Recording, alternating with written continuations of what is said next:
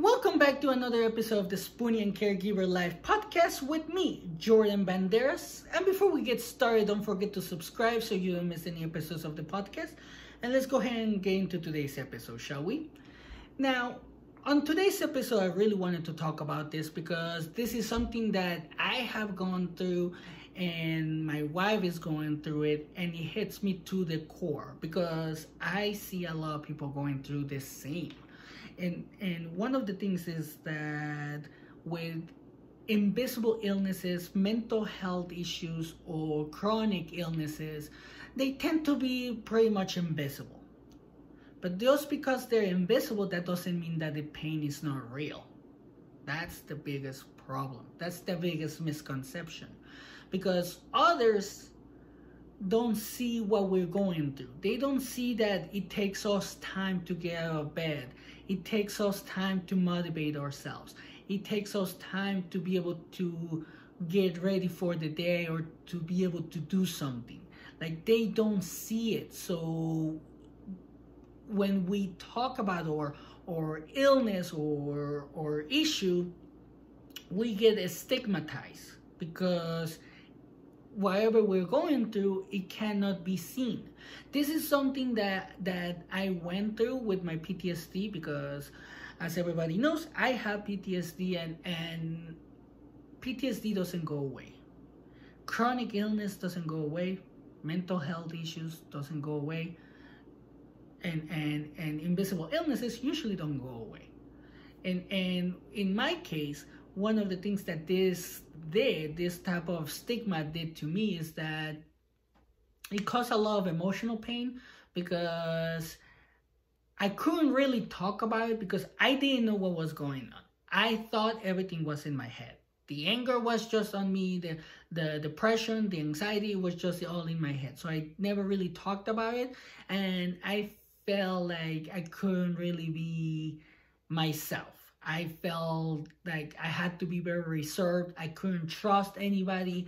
I couldn't open up to anybody. And obviously that changed once I decided to work on this.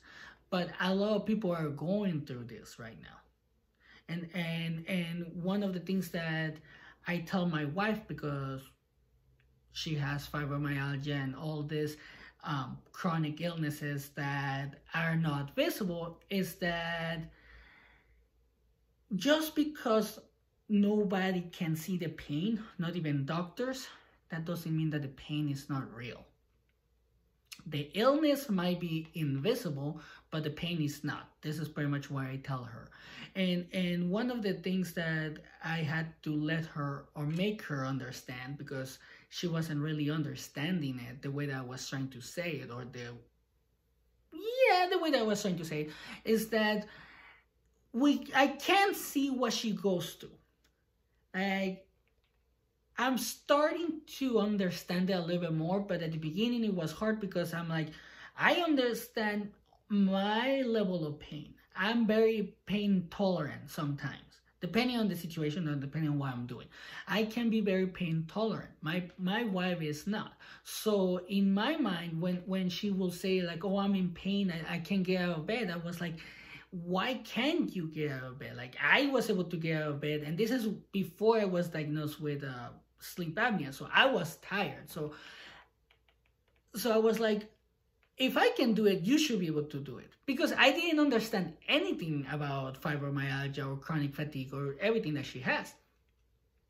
But just because you can see what someone is going through, that doesn't mean they're not suffering.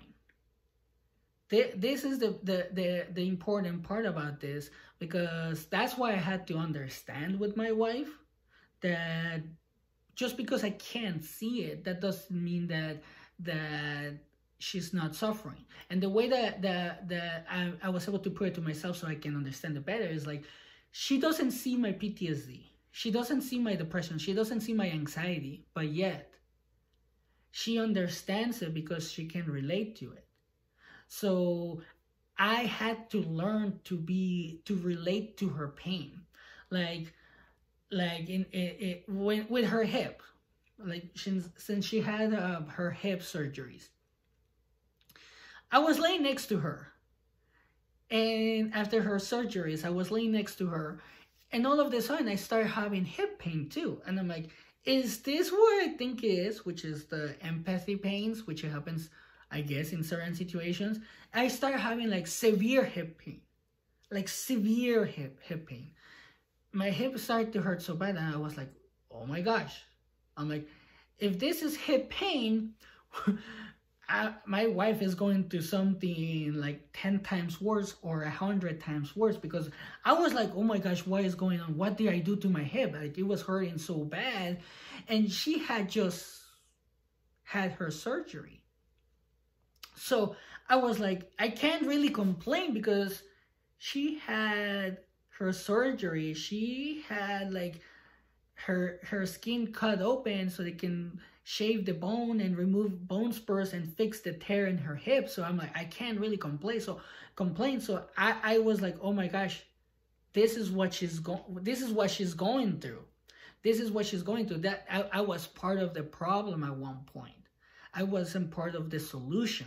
So I decided to change my way of thinking, because the way that I understand it now is that the pain is felt by the spoonie, even if we can't see it. Like my wife has migraines, right? Just like what happened with the hip pain. There's been a few days where I had migraines, and I tell my wife that I have a migraine, and I take medicine for it, and it goes away. For my wife, that's not the case. She takes her medicine and the migraine doesn't go away. Obviously, it could be due to some of her illnesses, but what I saw in some of the situations is that where she has had migraines is that I cannot see the pain. I cannot feel it. But when I saw my wife cry, I was like, oh, she's in a lot of pain, because she barely cries. When it comes to pain, it has to be severe. So I had to do some digging in myself, or I had to dig deeper to find out ways to relate to her.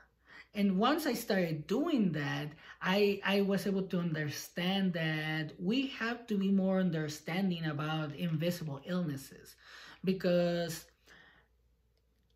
since a lot of people, even doctors, like I have mentioned, they don't know what's going on with you if you're the spoonie. They don't know exactly what to do. They're just going what they know. A school doesn't teach them how to treat severe issues like chronic illnesses that may never go away, or invisible illnesses that may never go away. They just they try to treat the symptom, but not the root of the issue. That's why I feel like the system has to be upgraded to be more of a compassionate care, because when you, like, the way that I see it from my perspective by taking care of my wife is that when I start providing compassion to my wife, when I start giving her compassion, I started to see a change in her.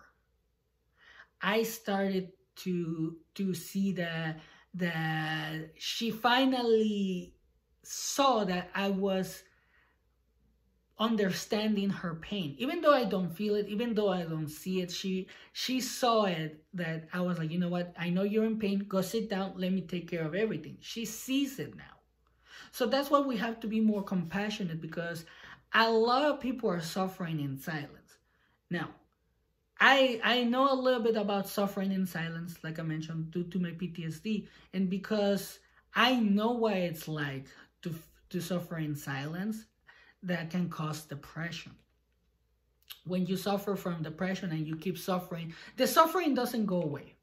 That's the thing. The suffering doesn't go away in certain situations. And what happens in those type of cases is that the depression can turn into its darkest part of it, which depression can lead to suicide, because you really don't want to suffer. You don't want to suffer alone. And when people keep stigmatizing you about your illness, you're gonna feel alone. You're gonna feel like, or people feel alone. People feel like they can't talk about it. And this is not just for women, but for men. For men, it's harder because for men, you have to be the strong one. You have to not show any emotion, even though we're humans, and as human, we have emotions. Like, we cannot control our emotions from showing. So if we show any type of emotion, and this is what happened to me pretty much, like, we feel weak. Weakness leads to ridicule. Ridicule leads to other issues, and unfortunately, like in my case, it led to depression because I was ridiculed. So this is what I want you to understand. Like, just because somebody's suffering in silence, that doesn't mean they're not suffering. So if you know somebody that is suffering in silence, or you know a spoonie, just try to understand. Because another thing is, especially with everything that's going on, it could happen to you. You know, it could happen to you, and then the only person that might be able to understand you is the same person that you stigmatize. So that's how I see it with my wife. Like, I didn't have any stigma towards her or anything like that. I was ignorant about the conditions and everything like that.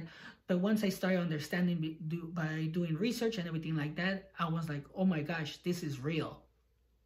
This do happen. Because like I said, I was ignorant, I'm not gonna lie.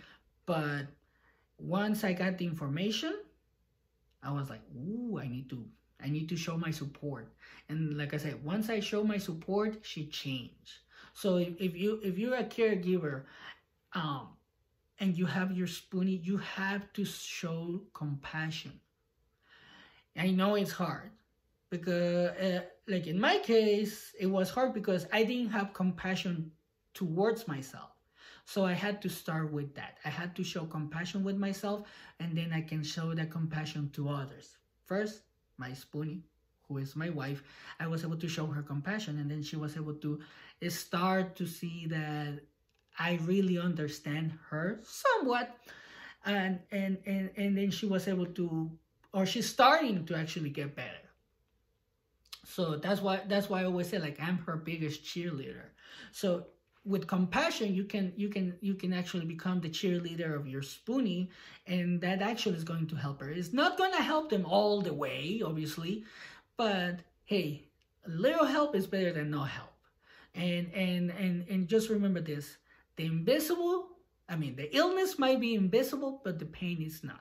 And it can happen to you, it can happen to somebody that you know. And one of the things I recommend, especially with everything that's going on, is to check always on the people that is close to you, because you never know what they're going through.